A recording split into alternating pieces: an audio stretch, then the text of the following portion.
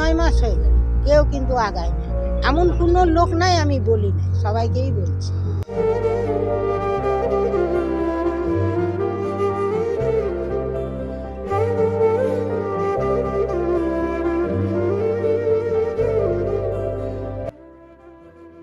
শয্যাশায়ী অসহায় যুবকের পাশে দাঁড়ালেন মঙ্গল মাহাতো।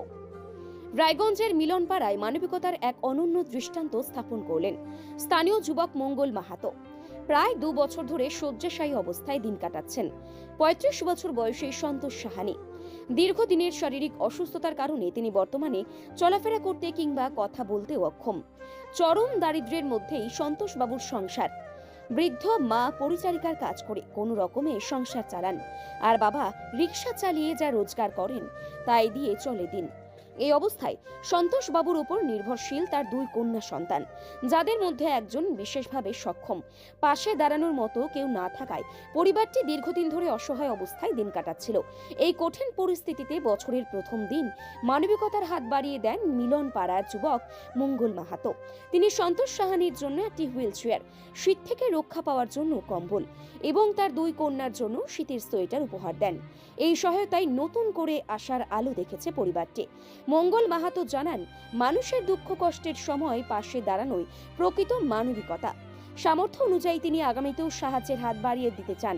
অন্যদিকে সন্তোষ সাহানির মা আবেগঘন কণ্ঠে বলেন, আজ মঙ্গল বাবু যে হুইল চেয়ার দিলেন তার জন্য আমরা চিরকৃতজ্ঞ। এতদিন কেউ আমাদের পাশে দাঁড়ায়নি, অনেক জায়গায় জানিও কোনো সাহায্য পাইনি। আজ মনে হচ্ছে আমরা একা নই।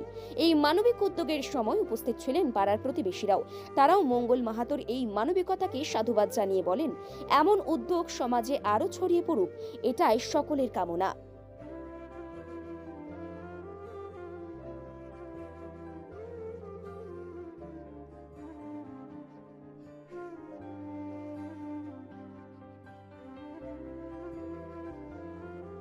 তার প্যারালিস হয়েছে স্যার। প্যারালাইসিস হয়েছে হ্যাঁ, এবং শুনলাম কথাও বলতে পারে না। কথাও বলতে পারে না, হাঁটতেও পারে না। 2টা বাচ্চা, হ্যাঁ, একটা হাঁটও উঠে না, বাচ্চা একটা মেয়ে বোবা ছোট বাচ্চা, ওরা পায় না খাবার। যাদের মানে চলার ফেরার সব শক্তি আছে, রোজগার করে খেতে পারে, তার হাতে যদি স্লিপ তুলে দেয় তো গরিবগুলা কি করবে? ঠিক, কি ঠিক, করবে গরিবগুলা? ঠিক। যাদের ঘরে দেখেন খাট পালাং ঘর বাড়ি তোষক তাকিয়া লাগে আছে, তাদের প্রয়োজন বেশি। আর আমাদের এই যে ঘর আর দুয়ার যারা খুব কিছু মানে নাই। গরিব, হ্যাঁ। তাদের কোনো প্রয়োজন নাই। আমার নাম ভারতী পাসওয়ান। যে বাড়িতে দাঁড়িয়ে আছি তার হ্যাঁ, নাম তার নাম সন্তোষ সাহানি।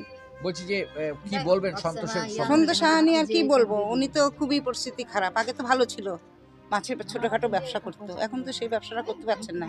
ওনার বাবা তো তারপরে রিকশা চালায়। ওনার বাবা রিক্সা চালায়, আর 2টো বাচ্চা আছে, একটা বোবা, মেয়েটা, ছেলেটা এমনি ছোট। এরকম দেখছি দাদা আর ওর মা লোকে বাড়ি কাজ করে চালাচ্ছে কোনো রকম।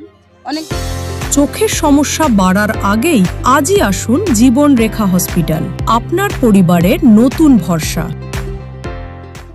রায়গঞ্জের খাদ্য রসিকদের জন্য দারুণ সুখবর। শহরের নতুন আকর্ষণ দ্য ওবেট ক্যাফে এখন রায়গঞ্জে। আমাদের দোকানের স্থান রায়গঞ্জ আশীর্বাদ ভবন ও বিজেপি কার্যালয়ের বিপরীতে দ্য ওবেট ক্যাফে। রায়গঞ্জের মানুষের জন্য এসেছে এক দারুণ সুখবর। খাদ্য রসিকদের কথা ভেবেই শহরে যাত্রা শুরু করেছে দ্য ওবেট ক্যাফে, যা ইতিমধ্যেই মন জয় করে নিয়েছে রায়গঞ্জবাসীর। মনোরম পরিবেশ, মানসম্মত খাবার ও সুলভ মূল্যের জন্য এই ক্যাফে এখন শহরের নতুন আড্ডার ঠিকানা।